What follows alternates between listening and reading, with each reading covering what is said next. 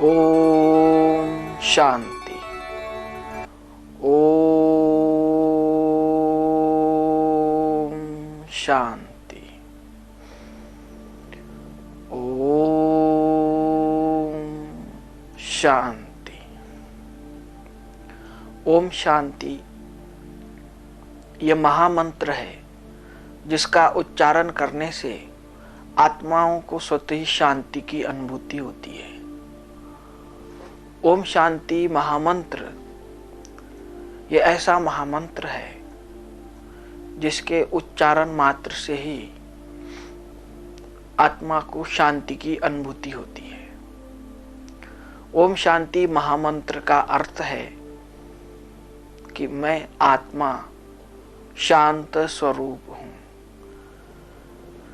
शांति मेरा स्वधर्म है।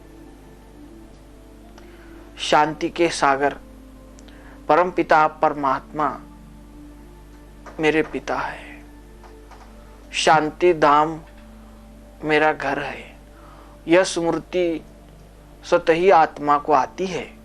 इसीलिए हम ओम शांति महामंत्र का उच्चारण करते हैं। तो फिर से आप सभी मिलकर के बोलिए एक आवाज में, ओम शांति। अर्थ स्वरूप में स्थित हो जाइए। तो अभी हम परमात्मा का यथार्थ परिचय प्राप्त करते हैं। परमात्मा का परिचय आज मनुष्य को नहीं है। भगवान का परिचय नहीं है। भगवान को ढूंढ रहे हैं सभी मनुष्य। मंदिरों में, मस्जिदों में, चर्च में, सभी जगह मनुष्य भगवान को खोज रहे हैं। भगवान को प्राप्त करने के लिए अनेक प्रयत्न करते हैं, भक्ति करते हैं, पूजा करते हैं, तीर्थ यात्राओं पर जाते हैं। अनेक प्रकार से मनुष्य भगवान को प्राप्त करने का प्रयत्न करते हैं। किसी न किसी विधि के द्वारा हमें भगवान की प्राप्ति हो जाए, भगवान हमको मिल जाए। तो ये मनुष्य के मन की, सभी मनुष्य आत्माओं के मन की ये लालसा रहती है।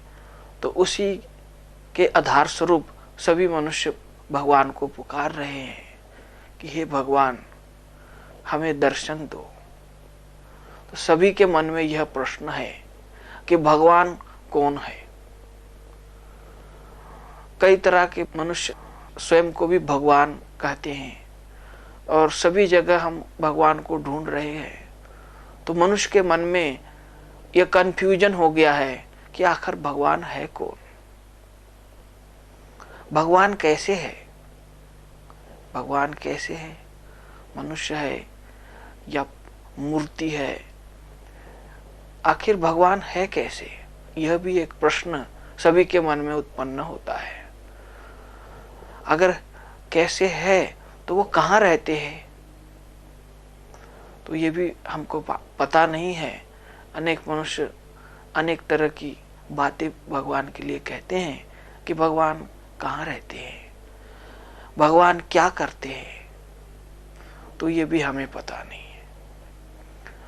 तो सभी के मन में यह कंफ्यूजन बना हुआ है, यह प्रश्न बना हुआ है।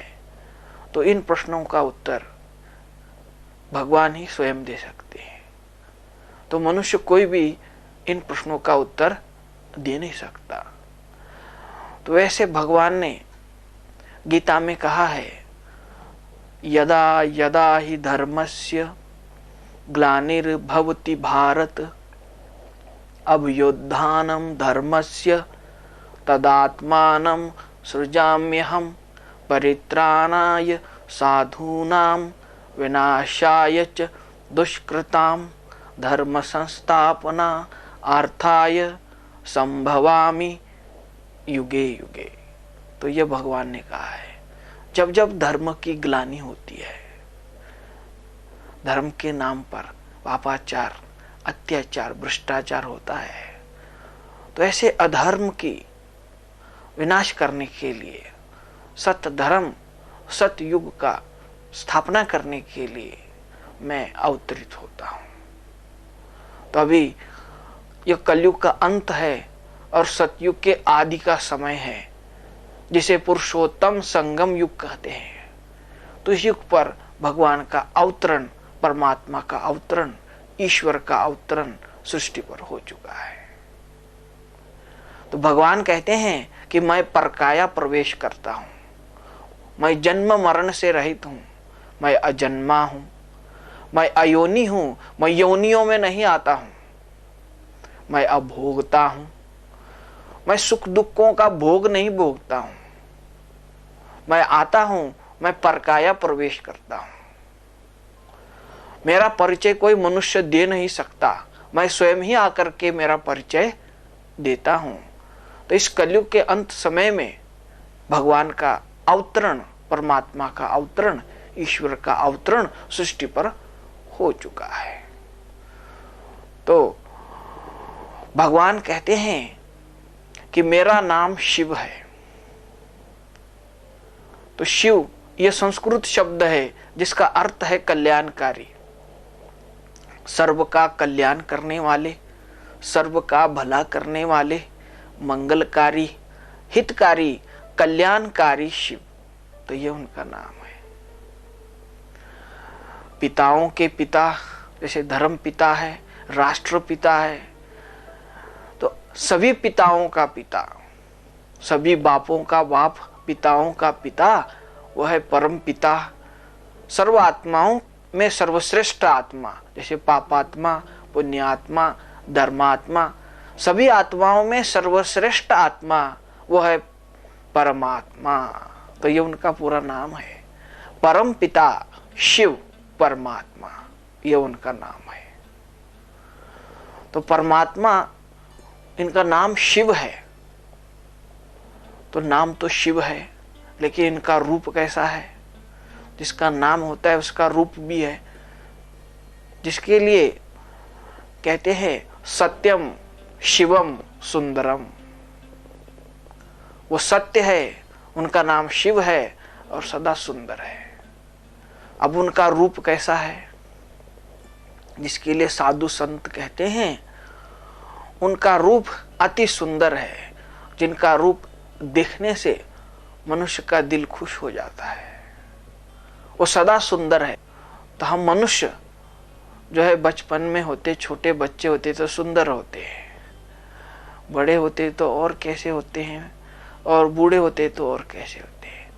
तो हमारा रूप दैहिक रूप है, लेकिन परमात्मा का रूप आत्मिक रूप है, ज्योति बिंदु स्वरूप। भगवान रूप में ज्योति बिंदु स्वरूप है।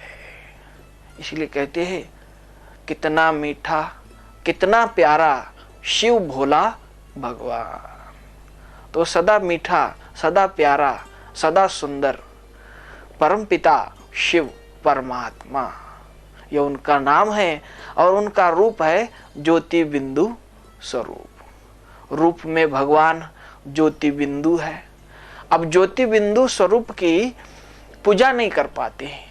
भाई ज्योति के ऊपर जल कैसे चढ़ाए, ज्योति के ऊपर फल फूल कैसे चढ़ाए, ज्योति की पूजा कैसे करे, ज्योति का अभिषेक कैसे करे।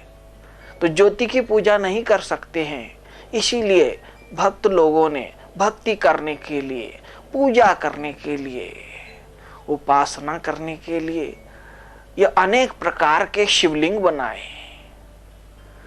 भारत में अनेक प्रकार के शिवलिंग है, पत्थर के है, धातुओं के है, अनेक प्रकार के शिवलिंग है, सोने के है, चांदी के है, बर्फ का भी शिवलिंग बनता है। कई प्रकार के शिवलिंग भक्ति पूजा आदि करने के लिए मनुष्यों ने बनाए हैं। लेकिन परमात्मा पत्थर है क्या? परमात्मा बर्फ है क्या? परमात्मा सोना चांदी है क्या? तो परमात्मा कैसे है? तो इसलिए कहा जाता है ज्योतिर्लिंग, ज्योति का प्रतीक। ज्योति की पूजा नहीं कर सकते, इसीलिए ये अनेक प्रकार के धातुओं के, कई तरह के शिवलिंग भक्ति पूजा करने के लिए बनाए गए हैं। लेकिन भगवान पत्थर या धातु या बर्फ नहीं है, तो भगवान है ज्योति बिंदु स्वरूप। इसलिए कहते हुए 12 ज्योतिर्लिंग, ज्योति का प्रतीक ये लिंग बनाया गया है भक्ति पूजा आदि करने के लिए। लेकिन भगवान का रूप है ज्योति बिंदु स्वरूप और नाम है उनका शिव। रूप में भगवान ज्योति बिंदु और गुणों के है वो सिंधु। बिंदु में सिंधु समाया है, बिंदु में सिंधु समाया हुआ है। वो ज्ञान के सागर है, प्रेम के सागर है, सुख के सागर है, शांति के सागर है, आनंद के सागर है, सर्व गुणों के सागर है। बिंदु में सिंधु समाया हुआ है, रूप में बिंदु और गुणों के है वो सिंधु। उनके अंदर जो गुण है वो सागर के समान है, अथाह है, गुणों के सागर है, कभी खत्म नहीं होते, वो भरपूर है, ज्ञान के भंडार है, मुक्ति जीवन मुक्ति के दाता है, सर्व सुखों के दाता, दुख हरता, सुख करता, परमपिता परमात्मा शिव बाबा ये हमारे पिता है। रूप में बिंदु और गुणों के सिंधु, सिंधु अर्थात सागर। जैसे सागर में भी पानी है और गागर में भी पानी है, लेकिन गागर में पानी कहां से आया? जैसे सागर में पानी है और गागर में भी पानी है, लेकिन गागर में पानी कहां से आया? तो सागर से ही आया है। तो मनुष्य के अंदर भी गुण है, मनुष्य भी गुणवान है, विद्वान है, लेकिन मनुष्य के अंदर वो ज्ञान, वो गुण, वो शक्तियां कहां से आई? तो वो परमात्मा ने ही दी हुई है। परमात्मा सर्व गुणों के सागर है और मनुष्य एक गागर के समान अल्प है। परमात्मा अथाह है और मनुष्य अल्प है। अब सागर की गहराई में जाओगे तो मोती मिलते हैं, गागर में हाथ डालो तो केवल जल मिलता है और कुछ मिलता नहीं है। तो परमात्मा सर्व गुणों के सागर है और मनुष्य एक गागर के समान है। तो मनुष्य को कुछ दे नहीं सकता, परमात्मा ही सबको देने वाले दाता है, सर्व सुखों के दाता, ज्ञान के दाता, शक्तियों के दाता एक ही परमपिता परमात्मा शिव बाबा है। जो आज मनुष्य अंधश्रद्धा में भटक रहे हैं, ज्ञान का नेत्र नहीं है, अंधश्रद्धा में भटक रहे हैं। कहते भी है नयनहीन को राह दिखाओ प्रभु, पग पग ठोकर खाए रे। दो नयन होते हुए भी, दो नेत्र होते हुए भी मनुष्य ये कहते हैं कि नयनहीन को राह दिखाओ प्रभु। आंखें होते हुए भी अंधे हैं, ज्ञान का नेत्र नहीं है। ज्ञान नेत्रहीन मनुष्य अंधश्रद्धा में भटक रहे हैं। अंधश्रद्धावश पाप कर्म करते हैं, पशुओं की बलि चढ़ाते हैं, अनेक प्रकार के रूढ़ी परंपराओं वश अंधश्रद्धावश पाप कर्म करते रहते हैं। तो ऐसी अंधश्रद्धा से, ऐसे पाप कर्मों से मुक्त करने के लिए भगवान आए हैं। ज्ञान का तीसरा नेत्र देने के लिए परमात्मा आए हैं। अंधश्रद्धा से मुक्त करने के लिए, ब्लाइंड फेथ को खत्म करने के लिए परमात्मा आए हैं। ज्ञान का नेत्र देने के लिए, ज्ञान नेत्र दाता परमात्मा है। अंधश्रद्धावश मनुष्य पाप कर्म कर रहे हैं, तो ऐसे पाप कर्मों से मुक्त करने के लिए परमात्मा आए हुए हैं। जो परमात्मा कब आते हैं? जैसे सभी देवी देवताओं का हम जन्मदिन मनाते हैं, श्री राम का, श्री कृष्ण का, सबका जन्मदिन मनाते हैं, लेकिन परमात्मा की क्या मनाते हैं? शिवरात्रि। भाई शिव आए रात में। अब रात कौन सी है? 12 घंटे का दिन, तो 12 घंटे की रात्रि नहीं है, तो ये कलयुग की रात है। तो इस कलयुग की रात में शिव आए हैं भाई रात को दिन बनाने के लिए। जैसे रात होती है तो कीड़े कीटाणु मच्छर आदि आते हैं, और सूर्योदय हो जाता है तो सभी खत्म हो जाते हैं। तो ज्ञान सूर्य प्रगटा, अज्ञान अंधकार विनाश। तो ज्ञान सूर्य परमात्मा शिव बाबा का अवतरण सृष्टि पर हो चुका है, जो आत्मा के अंदर 5 विकारों का अंधकार छाया हुआ है। काम वासना, क्रोध, लोभ, मोह, अहंकार रूपी अंधकार आत्मा के ऊपर छाया हुआ है, जिसके कारण आज सभी मनुष्य दुखी है। चाहे भारत हो, चाहे अमेरिका हो, सभी जगह इन 5 विकारों का राज है। काम वासनावश मनुष्य दुखी है, क्रोधवश दुखी है, लोभवश दुखी है, मोहवश अहंकारवश मनुष्य दुखी हो गए हैं। तो इन विकारों से मुक्त करने के लिए परमात्मा आए हैं, सुख, शांति, आनंद, प्रेम, पवित्रता देने के लिए। तो इन 5 विकारों ने इस सृष्टि को नरक बना दिया है। तो इस नरक को स्वर्ग बनाने के लिए, इन बुराइयों को, इन विकारों को खत्म करने के लिए, सुख, शांति, आनंद, प्रेम, पवित्रता देने के लिए परम पिता परमात्मा शिव बाबा का अवतरण सृष्टि पर हो चुका है। इसलिए कहते हैं ज्ञान सूर्य प्रगटा, अज्ञान अंधकार विनाश।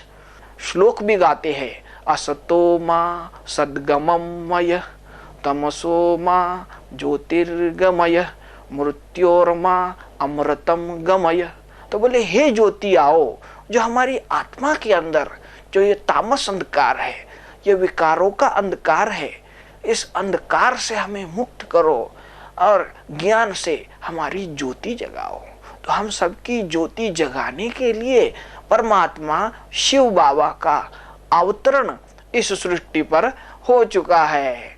जो हमारी जीवन रूपी नैया 5 विकारों के भंवर में डूब रही है, भाई डूबती हुई नैया को परमात्मा पार लगाते हैं। तो हमारे जीवन रूपी नैया के खेवैया परमात्मा है। हम सत्यनारायण की कथा में भी सुनते हैं कि जब नैया डूब रही थी तब परमात्मा एक वृद्ध तन में आए और डूबती हुई नैया को पार लगाए। तब परमात्मा अभी आए हुए हैं, जो हमारी ये जीवन रूपी नैया है इस कलयुग विषय सागर में डूब रही है, गोते खा रही है। इस डूबती हुई नैया को पार लगाने के लिए परमात्मा आए हैं खेवैया बन के। तो कहते भी है नैया मेरी पार लगा दो प्रभु। तो परमात्मा हम सबकी जीवन नैया पार लगाने के लिए, कलयुग से निकालने के लिए, सतयुग में ले जाने के लिए परमात्मा आए हैं। जो हमारी जीवन रूपी नैया ये कलयुग विषय सागर में फंस गई है, इन 5 विकारों के भंवर में गोते खा रही है। तो इन 5 विकारों के भंवरों से निकालकर सतयुग स्वर्ग में ले जाने के लिए परमात्मा आए हैं। जो हमारे जीवन रूपी नैया को क्षीर खंड में लेके जाने के लिए, सतयुग में, स्वर्ग में, वैकुंठ में ले जाने के लिए परमात्मा आए हुए हैं, हमारे जीवन रूपी नैया को पार लगाने के लिए। आज मनुष्य कांटों जैसे बन गए हैं, जैसे कांटे होते हैं वो चुभते रहते हैं।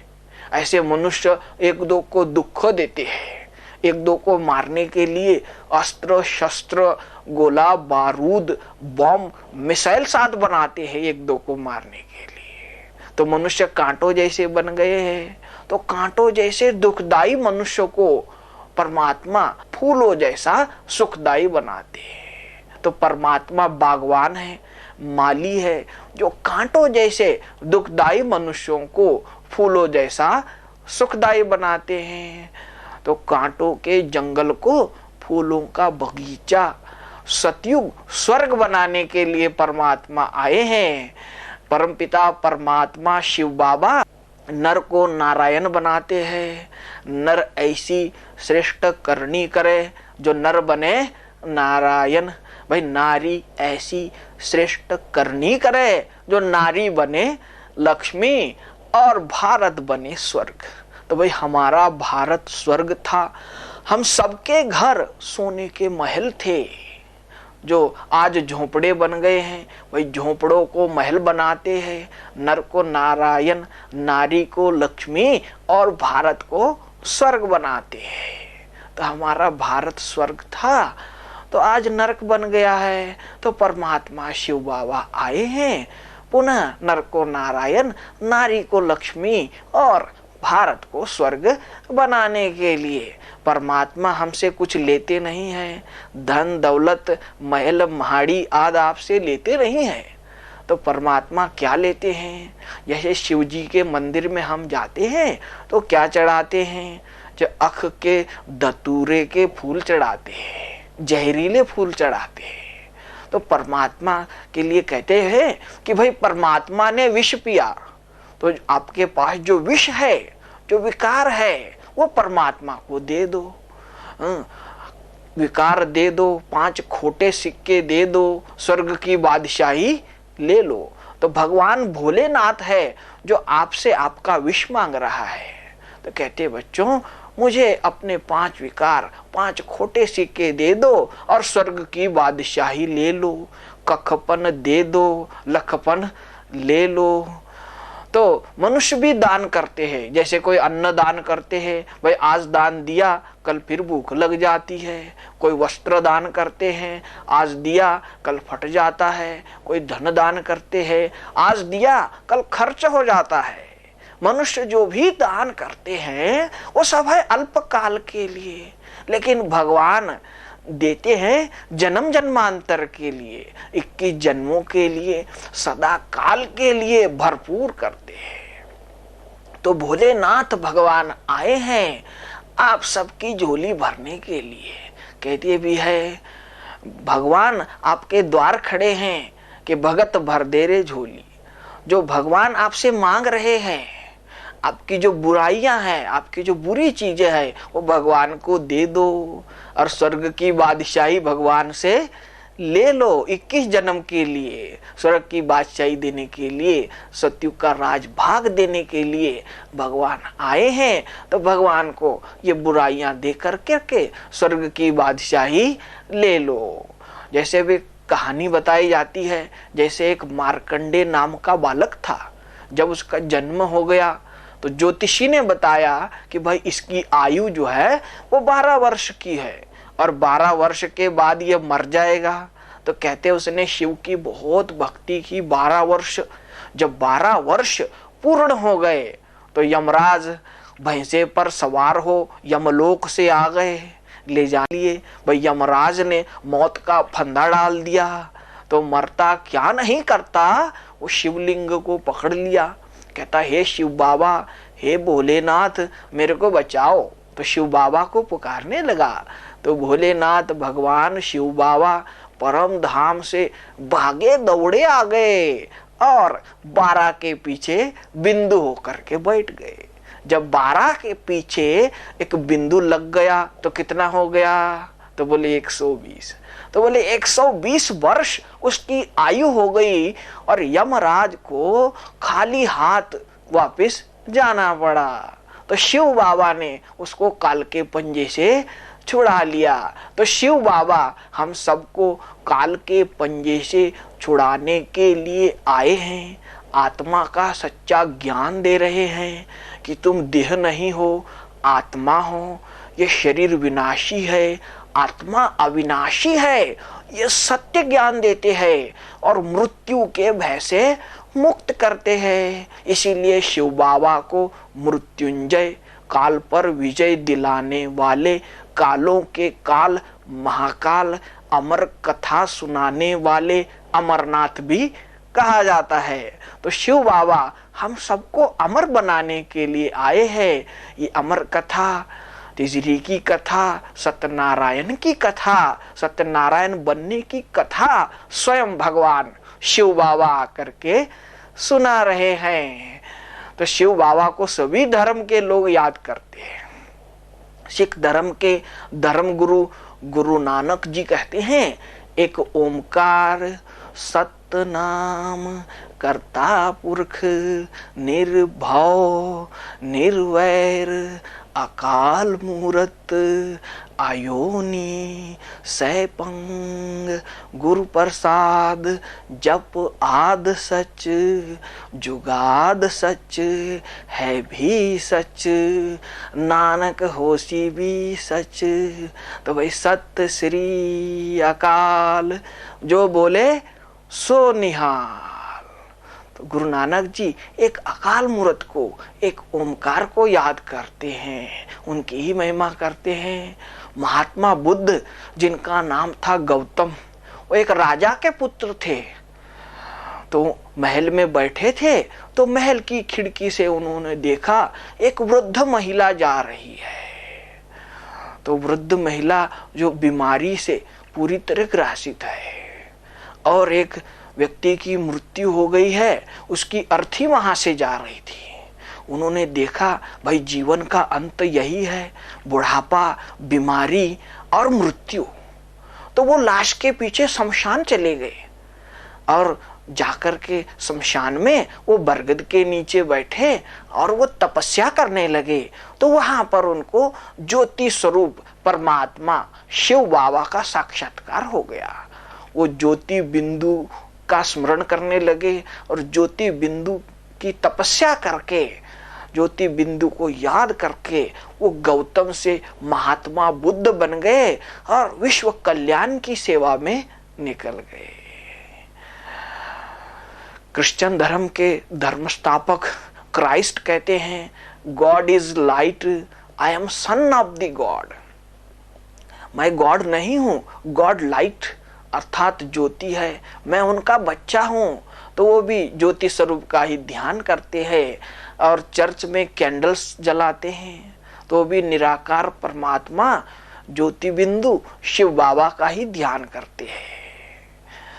मक्का के अंदर संगे अस्वद नामक पत्थर रखा हुआ है जिसको कहते हैं काबा का पवित्र पत्थर। तो सभी उसको जाके चूमते हैं तभी उनका हज कबूल हो जाता है। और सभी कहते हैं, मोहम्मद साहब भी कहते हैं कि अल्लाह एक नूर है, भाई नूरे इलाही, तो नूर अर्थात ज्योति। तो वो भी ज्योति स्वरूप के नाम से ही नमाज पढ़ते हैं, उन्हीं का वो ज्योति बिंदु का ही ध्यान करते हैं। तो हमारे भारत में है 12 ज्योतिर्लिंग मंदिर। तो 12 ज्योतिर्लिंग मंदिरों में निराकार परमात्मा शिव बाबा की ही प्रतिमा रखी है। हमारे गुजरात में पहला मंदिर राजा विक्रमादित्य ने बनाया, जिसमें सोने का मंदिर बनाया और हीरे का शिवलिंग जिसमें लगाया। सौराष्ट्र सोमनाथ, श्रीशैल्य मल्लिकार्जुन, आंध्र प्रदेश में ये श्रीशैल में ये मल्लिकार्जुन ज्योतिर्लिंग है, निराकार ज्योति बिंदु परमात्मा शिव बाबा की यादगार। मध्य प्रदेश उज्जैन में ये महाकालेश्वर ज्योतिर्लिंग है, जो कालों के काल महाकाल है, जो हम सबको मृत्यु के भय से मुक्त कराते हैं, महाकालेश्वर ज्योतिर्लिंग है। ओमकारेश्वर ज्योतिर्लिंग, जो ओमकार परमपिता परमात्मा शिव बाबा की यादगार, ये मध्य प्रदेश में ओमकारेश्वर ज्योतिर्लिंग है। फिर महाराष्ट्र में परली वैद्यनाथ ज्योतिर्लिंग, जो सबसे बड़े वैद्य है, जो हमारे सभी विकार सभी बीमारियां खत्म करते हैं। तो ये वैद्यनाथ का ज्योतिर्लिंग महाराष्ट्र परली में है। और फिर है भीमा शंकर ज्योतिर्लिंग, जो भीम जैसी ताकत हमको देते हैं, सर्वशक्तिवान बनाते हैं, जो पुणे के पास ये भीमा शंकर ज्योतिर्लिंग ज्योति बिंदु शिव बाबा की यादगार है। फिर है राम ने भी जिनकी पूजा की, रामेश्वर ज्योतिर्लिंग, राम के भी ईश्वर परमपिता परमात्मा शिव बाबा का ज्योतिर्लिंग, तमिलनाडु में रामेश्वरम ज्योतिर्लिंग है। फिर है नागेश्वर ज्योतिर्लिंग, जो नाग जैसे जहरीले मनुष्यों को भी देवता बनाने वाले नागेश्वर का ये ज्योतिर्लिंग गुजरात के अंदर है। फिर है विश्वनाथ ज्योतिर्लिंग वाराणसी में, ये विश्वनाथ विश्व के नाथ सभी धर्मात्माओं के पिता परमपिता परमात्मा शिव बाबा का ज्योतिर्लिंग ये विश्वनाथ ज्योतिर्लिंग उत्तर प्रदेश में है, वाराणसी में। और त्र्यंबकेश्वर ज्योतिर्लिंग जो ये नासिक महाराष्ट्र में ये त्र्यंबकेश्वर ज्योतिर्लिंग है, जो त्रिमूर्ति परमपिता परमात्मा शिव बाबा की यादगार त्र्यंबकेश्वर ज्योतिर्लिंग है। फिर केदारनाथ ज्योतिर्लिंग जिनकी पूजा श्री कृष्ण ने की, यह केदारनाथ ज्योतिर्लिंग जो हमारे भारत के अंदर है। फिर है कृष्णेश्वर ज्योतिर्लिंग जो आत्मा और परमात्मा का जब मिलन होता है, जिससे आत्मा परमात्मा के मिलन से शुद्ध हो जाती है, शक्तियां प्राप्त होती है। ये कृष्णेश्वर ज्योतिर्लिंग महाराष्ट्र में औरंगाबाद के पास, ये कृष्णेश्वर अजंता की गुफा के पास ये कृष्णेश्वर ज्योतिर्लिंग है, जो परमपिता परमात्मा और आत्मा के मिलन के यादगार ये कृष्णेश्वर ज्योतिर्लिंग। तो ऐसे 12 ज्योतिर्लिंग भारत में मुख्य गाये हुए है। हर गांव में कोई मंदिर हो ना हो, परमात्मा शिव बाबा का मंदिर तो जरूर होता है। तो परमात्मा हमारे पिता है, जो हमारे 2 पिता है। एक शरीर का पिता है, जो शरीर को जन्म देता है वो शरीर का पिता है। तो शरीर के अंदर है चैतन्य शक्ति आत्मा, तो आत्मा के पिता है परम पिता परमात्मा शिव बाबा, ये हम आत्माओं के पिता है। शरीर का पिता तो एक जन्म के लिए है, लेकिन आत्मा का पिता जन्म जन्मांतर कल्प कल्पांतर एक ही परम पिता परमात्मा शिव बाबा है। और तीसरा पिता है प्रजापिता ब्रह्मा बाबा, जो सर्व प्रजा का पिता, जिनके तन में परमात्मा आकर अपना कार्य करते हैं, वो है प्रजापिता ब्रह्मा बाबा। तो हम सबके 3 पिता है, एक शरीर का पिता और ये आत्मा के पिता परम पिता परमात्मा, और ये प्रजापिता ब्रह्मा बाबा। एक लौकिक पिता, एक अलौकिक प्रजापिता ब्रह्मा बाबा, और ये पारलौकिक परमपिता परमात्मा शिव बाबा। तो शिव बाबा के मंदिर ऊंचे ऊंचे पहाड़ों पर है, जैसे हिमालय की चोटी पर है अमरनाथ का मंदिर, और हिमालय पर ही है केदारनाथ का मंदिर। भाई ऊंचे ऊंचे पहाड़ों पर शिव बाबा के मंदिर है।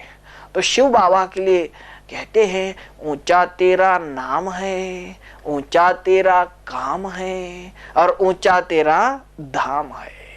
तो शिव बाबा का धाम भी ऊंचा है, सूर्य चांद सितारों के पार, ब्रह्मा विष्णु और शंकर के भी पार ये परमपिता परमात्मा शिव बाबा का घर है, जहां हम आत्माएं और हमारे पिता परम पिता परमात्मा शिव बाबा रहते थे।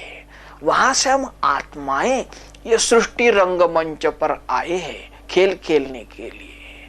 अब खेल पूरा हो गया, सतयुग बीता, त्रेता बीता, द्वापर बीता, अब कलयुग खत्म हो गया। अब घर जाना है, देह को भूलो, स्वयं को आत्मा निश्चय करो, और इस तरह उड़ करके ज्योति बिंदु रूप में स्थित हो करके इस तरह उड़ करके हमें अपने घर वापस जाना है। हम आत्माएं जन्म मरण के चक्र में आते हैं, बालक किशोर युवा प्रौढ़ वृद्ध मृत्यु, हम जन्म मरण में आते हैं। लेकिन परमपिता परमात्मा शिव बाबा जन्म मरण में नहीं आते हैं। तो कब आते हैं? सतयुग त्रेता द्वापर कलयुग। तो कलयुग का अंत और सतयुग के आदि के बीच का थोड़ा सा समय है, इसे कहते पुरुषोत्तम संगम युग।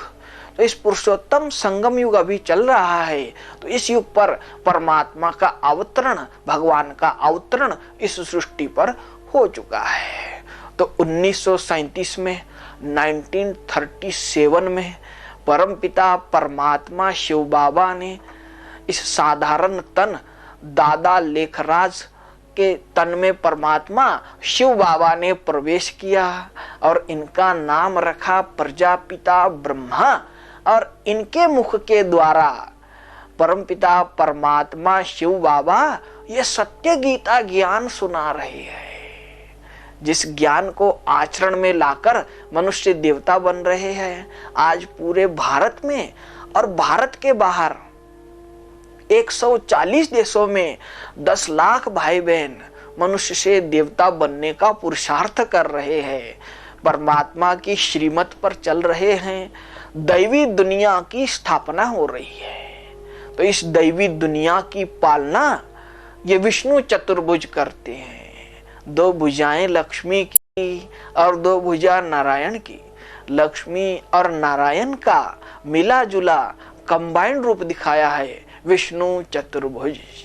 और शंकर के द्वारा पतित कलयुगी भ्रष्टाचारी दुनिया का विनाश होता है। तो परमात्मा कार्य इस सृष्टि पर चल रहा है।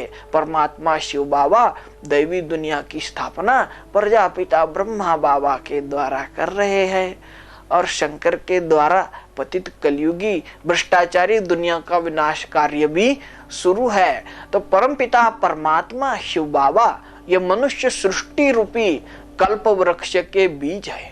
ये उल्टा वृक्ष है जिसका बीज ऊपर है और डालियां सब नीचे है। तो परमपिता परमात्मा शिव बाबा ये मनुष्य सृष्टि रूपी कल्प वृक्ष के बीज है। तो परमात्मा शिव बाबा प्रजापिता ब्रह्मा और जगदम्बा सरस्वती के द्वारा इस मनुष्य सृष्टि रूपी कल्प वृक्ष की कलम लगाते हैं। तो पहला युग आया सतयुग, 1250 वर्ष सतयुग, राधे कृष्ण लक्ष्मी नारायण का राज सतयुग, सतो प्रधान सतयुग। फिर सतयुग के बाद आया त्रेता युग, 1250 वर्ष राम सीता का राज।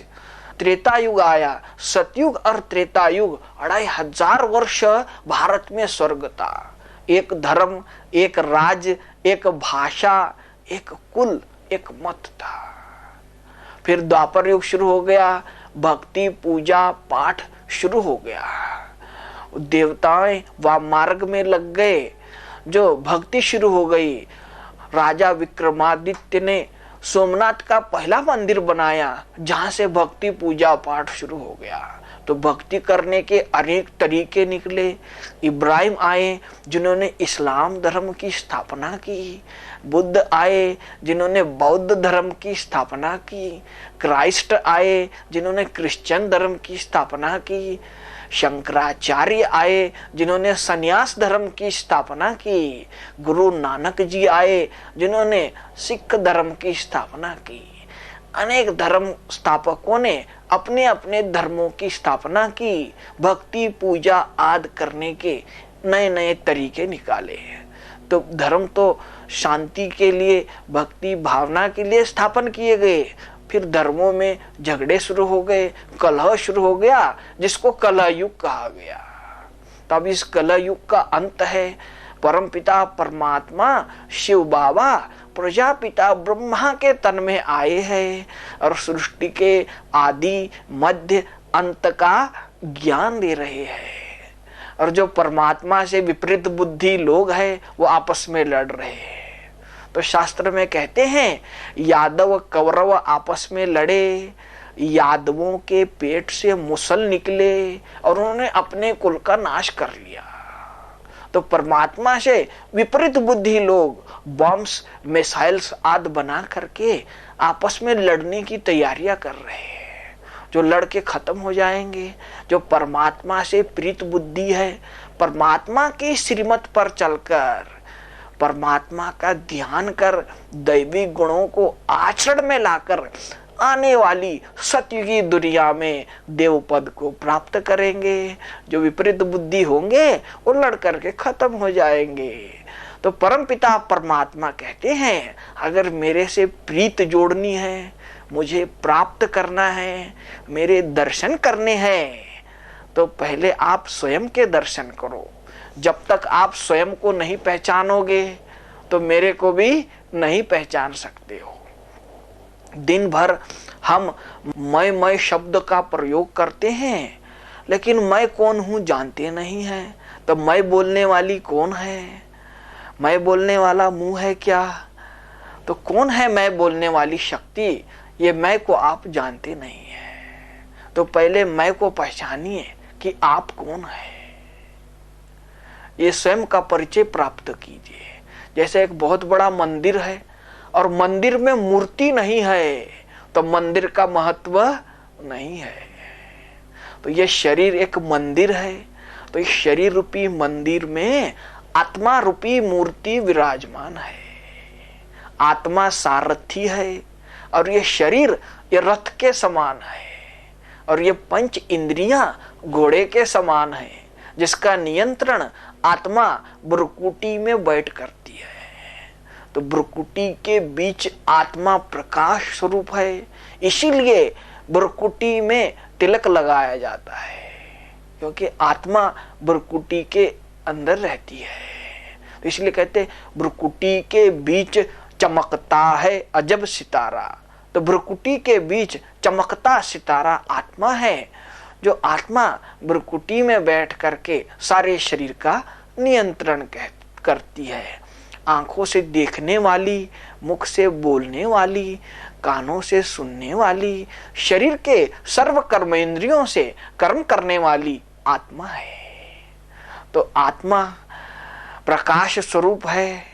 जैसे सर्प में मणि है, जैसे सर्प खाल बदलता है, ऐसे आत्मा एक शरीर छोड़ती है और दूसरा शरीर धारण करती है। तो आत्मा कभी मरती नहीं है। आत्मा जब शरीर पुराना हो जाता है तो उसे त्याग कर पुनः बाल्यावस्था को प्राप्त करती है। आत्मा एक तपस्वी के समान है और शरीर एक कुटिया के समान है। वह कुटिया में तपस्वी है तो कुटिया का महत्व है, भाई कुटिया में तपस्वी नहीं है तो कुटिया का महत्व नहीं है। आत्मा एक देह छोड़ दूसरा देह धारण करती है। मनुष्य की आत्मा मनुष्य का ही देह धारण करती है, पशुओं का देह धारण नहीं करती। जैसे आम का बीज लगाया तो आम का ही वृक्ष आता है और आम ही फल उसको लगते हैं। ऐसे मनुष्य की आत्मा मनुष्य का देह त्याग पुनः मनुष्य का ही देह धारण करती है, पशुओं का देह धारण नहीं करती है। गीता में श्लोक भी लिखा है, नैनन छदंती शस्त्रानि नैनन दहंती पावका। भाई आत्मा को शस्त्र काट नहीं सकते, अग्नि उसे जला नहीं सकती, जल उसको भिगो नहीं सकता, हवा उसको सुखा नहीं सकती। आत्मा अजर अमर अविनाशी चैतन्य शक्ति है। आप भी आज है, कल भी आप रहोगे, आगे भी आप रहोगे। आप आत्मा अमर हो। शरीर मर जाता है, आत्मा मरती नहीं है, आत्मा अमर है। आत्मा एक पंछी के समान है और शरीर एक पिंजरे के समान है। जैसे पिंजरे से पंछी उड़ गया तो पिंजरा खाली हो गया, तो पिंजरे का कोई महत्व नहीं है। तो ये शरीर रूपी पिंजरे में आत्मा रूपी पंछी रहता है। आंखों की खिड़कियों से देखता है, मुख की खिड़की से बोलता है, कान की खिड़की से सुनता है। तो आत्मा पंछी शरीर में जब तक है तो शरीर को सब प्यार करते हैं, कहते हैं कि ये मेरी माँ है, ये मेरा बाप है, सभी प्यार करते हैं। जब आत्मा निकल गई तो सभी दूर भागते हैं, कोई प्यार नहीं करता है, उसे जला दिया जाता है। आत्मा एक मोती के समान है और शरीर एक सीप के समान है। समंदर किनारे सीपें तो बहुत होती है, लेकिन जिस सीप में मोती होता है उसी का महत्व होता है। आत्मा एक कैसेट के समान है और शरीर एक टेप मशीन के समान है। जैसे कैसेट में रिकॉर्डिंग होती है, ऐसे आत्मा में भी होती है। जैसे कल क्या खाया था, परसों क्या हुआ था, 10 साल पहले क्या हुआ था, ये सारा आत्मा में भरा हुआ है। एक छोटी सी आत्मा में 84 जन्मों का पार्ट रिकॉर्डिंग है। पिछला भरता जाता है, अगला चलता जाता है। आत्मा कैसेट के समान है और शरीर टेप मशीन के समान है। आत्मा मन के द्वारा सोचती है तो ये मन घोड़ा है जो दौड़ता रहता है। अभी अभी यहाँ है, अभी अभी अमेरिका जा सकता है। मन का घोड़ा दौड़ता रहता है, हवा से भी तेज दौड़ता है। तो हवा से भी तेज दौड़ने वाला ये मन रूपी घोड़ा है। मन रूपी घोड़ा और बुद्धि रूपी लगाम जब मन में बुरे विचार करते हैं तो बुरे कर्म होते हैं, जब अच्छे विचार करते हैं तो अच्छे कर्म होते हैं। जिसे पाप कर्म कहते हैं और इसे पुण्य कर्म कहते हैं। हम एक्टर हैं, जैसे एक्टर लोग भिन्न भिन्न प्रकार के कपड़े पहन करके नाटक करते हैं, ऐसे हम ये शरीर रूपी वस्त्र पहन करके सृष्टि रूपी रंगमंच पर कर्म कर रहे हैं। जैसे पाप कर्म करते हैं तो बोले पापात्मा, जैसे पुण्य कर्म करते हैं, दान पुण्य आदि करते हैं तो बोले ये पुण्यात्मा है। जैसे महान कर्म करते हैं तो बोले ये महान आत्मा है। जैसे धर्म के कर्म करते हैं तो बोले ये धर्म आत्मा है। देवताई कर्म करते हैं तो बोले ये देव आत्मा है। जैसे आत्मा शरीर के द्वारा कार्य करती है ऐसे ही उसका गायन होता है। शरीर का गायन नहीं होता है, आत्मा का ही गायन होता है। पापात्मा, पुण्यात्मा, धर्मात्मा, महात्मा, देवात्मा, तो परम पिता परमात्मा, जो हम सभी आत्माओं को पापों से मुक्त करके फिर से मुक्ति जीवन मुक्ति का वर्षा देते हैं, वह है परम पिता परमात्मा शिव बाबा। तभी हम कर्म का यथार्थ रहस्य, कर्म का दर्शन, कर्म का ज्ञान हम प्राप्त करते हैं। जैसे एक बच्चा ज्योतिषी महाराज के पास गया, कहा महाराज जी मेरे हाथ की रेखा दिखती है। बोले बेटा भगवान ने तेरे को 2 हाथ दिए हैं, 2 हाथ के साथ 2 आंखें दी है। तो बोले आंखें खोल और हाथों पर देख कि मैंने इन हाथों से क्या कर्म किए हैं और क्या फल मिलेगा। अगर अच्छे कर्म किए हैं तो स्वर्ग में सुख भोगेगा, सोने के महल में रहेगा, पुष्पक विमानों में बैठ के सैर करेगा, सोने के महल में बैठ सोने के चम्मच से दूध पिएगा, तो भाई स्वर्ग के सुख भोगेगा। बुरे कर्म किए हैं तो नरक के दुख भोगना पड़ेगा। नरक के दुखों से कोई भी छुड़ा नहीं सकते, क्योंकि मनुष्य ने किए कर्मों का दुख और सुख उसे ही मिलता है। जैसे एक राजा और एक मंत्री सैर करने निकले थे, तो भाई राजा ने मंत्री से पूछा कि मंत्री जी मुझे एक ऐसा व्यक्ति दिखाओ जो 3 जन्म का भूखा हो, और एक ऐसा व्यक्ति दिखाओ जो 3 जन्मों का भरपूर हो। तो मंत्री बताते हैं ये जो घास काटता व्यक्ति है, तो बोले ये 3 जन्मों का भूखा है। अब राजा पूछे वो कैसे? बोले सबको तो मिल रहा है, इसको ही क्यों नहीं मिल रहा? बेचारा दिन भर घास काटता है, शाम को जाके बेचता है, 4 आना 8 आना मिलता है, वो भी बीड़ी सिगरेट आदि पी करके खत्म करता है। पूर्व जन्म में कुछ पुण्य कर्म किया नहीं था, इसीलिए अभी कुछ मिला नहीं है, इसलिए घास काट रहा है। और घास काट के भी जो धन प्राप्त होता है वो बीड़ी सिगरेट दारू आदि पी करके खत्म करता है।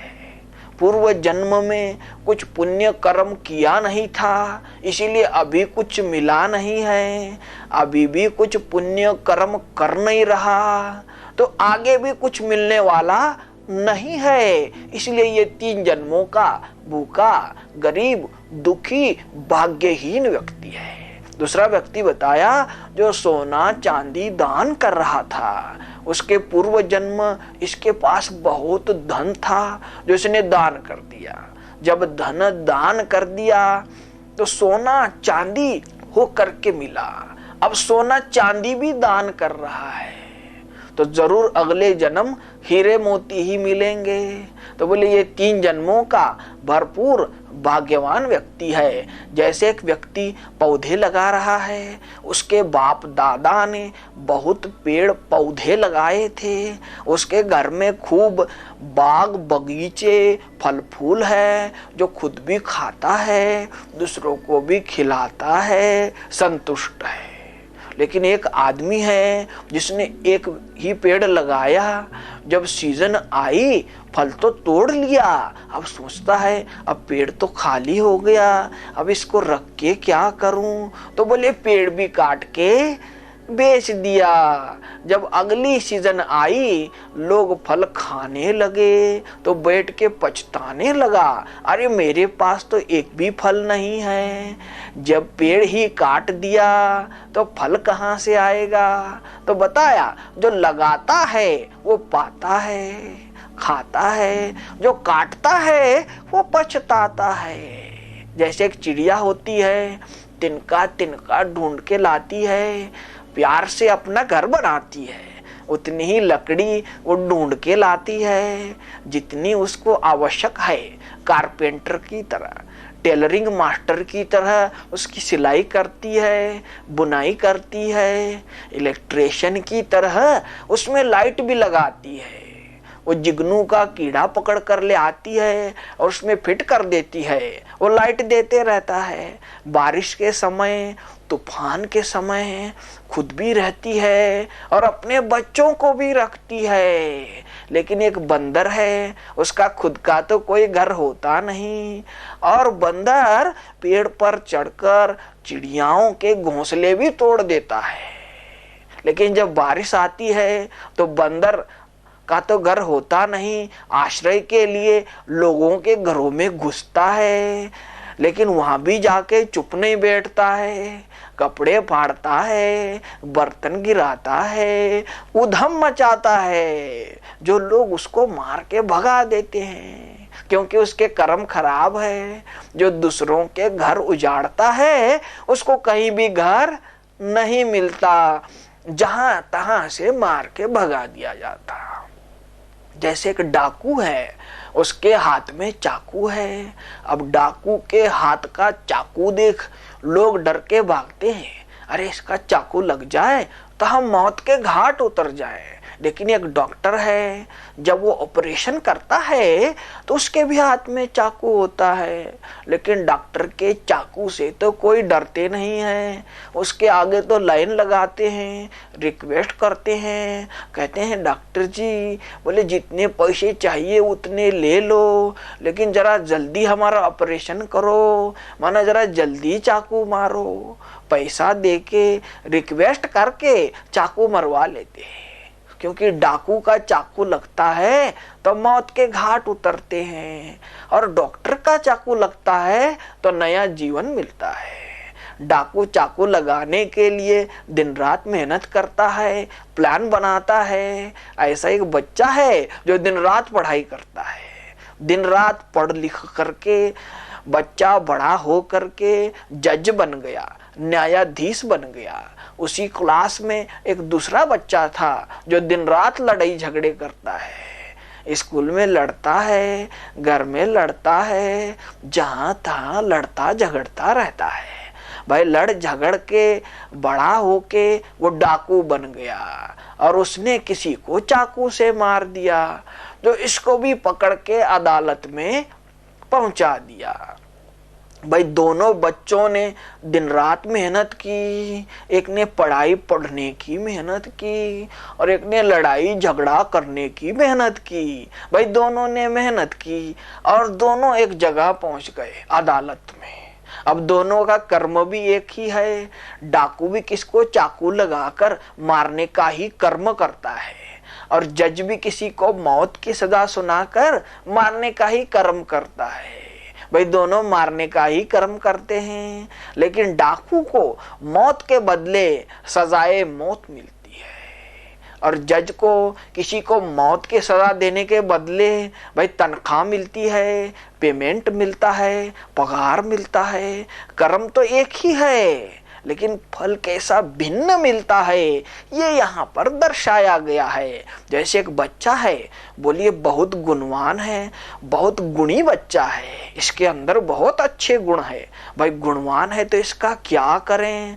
कहे गुणवान है तो बोले इसको देश का राजा बना दो, तो ये देश का अच्छा काम करेगा, देश को उन्नति की ओर ले जाएगा, देश की प्रगति करेगा, इसीलिए इसको देश का राजा बना दो। तो बोले उसको देश का राजा बना दिया गया। एक बच्चा है, बोले ये बहुत विद्वान है, बहुत विद्वत्ता इसके अंदर है, बहुत विद्वान है। भाई विद्वान है तो फिर इसका क्या करें?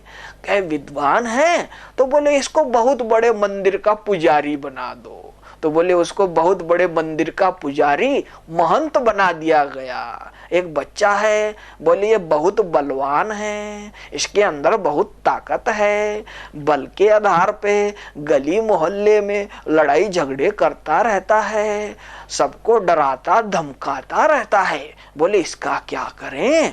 कहे इसको पहरेदार बना दो, जो अपनी ताकत के बल से गांव की देश की रक्षा करेगा, अपनी ताकत को सेवा में लगाएगा, तो कहे इसको पहरेदार बना दो। तो बोले उसको पहरेदार बना दिया गया। तो मतलब यह है कि जैसे गुण मनुष्य के अंदर होते हैं ऐसे ही पद मनुष्यों को मिलते हैं। जैसे फूल होते हैं, फूलों में गुण होते हैं, फूल सुगंध देते हैं, फूल कोमल होते हैं, इसीलिए फूल सबको पसंद होते हैं। मंदिरों में, ऑफिसों में, दोस्तों में, मित्रों में फूल दिए जाते हैं। कांटे किसी को दिए नहीं जाते हैं, क्योंकि कांटे चुभते हैं, इसलिए दिए नहीं जाते। भाई लो कांटे, बोले कांटे नहीं चाहिए क्योंकि कांटे चुभते हैं, इसलिए दिए नहीं जाते। लेकिन फूलों की रक्षा कौन करता है? तो बोले कांटे ही करते हैं जो बाड़ लगाने के काम आते हैं, ताकि जंगली जानवर, भैंसे आदि बगीचे में घुस न सके। भाई जंगली जानवर बगीचे में घुस गए तो बगीचा खराब हो जाएगा। तो इसीलिए फूलों की रक्षा तो कांटे ही करते हैं जो बाड़ लगाने के काम आते हैं, ताकि जंगली जानवर बगीचे में घुस ना सके। तो भाई अच्छे अच्छे फूल चुन कर करके भाई ले जा कर करके राजा को दिए। तो फूल लेकर के राजा सोचे कि भाई ये फूल लेकर के मैं क्या करूं? तो फूल लेकर के राजा आए मंदिर में इन देवी देवताओं की पूजा करने के लिए। तो भाई इन देवियों की पूजा क्यों होती है? क्योंकि इनमें गुण है।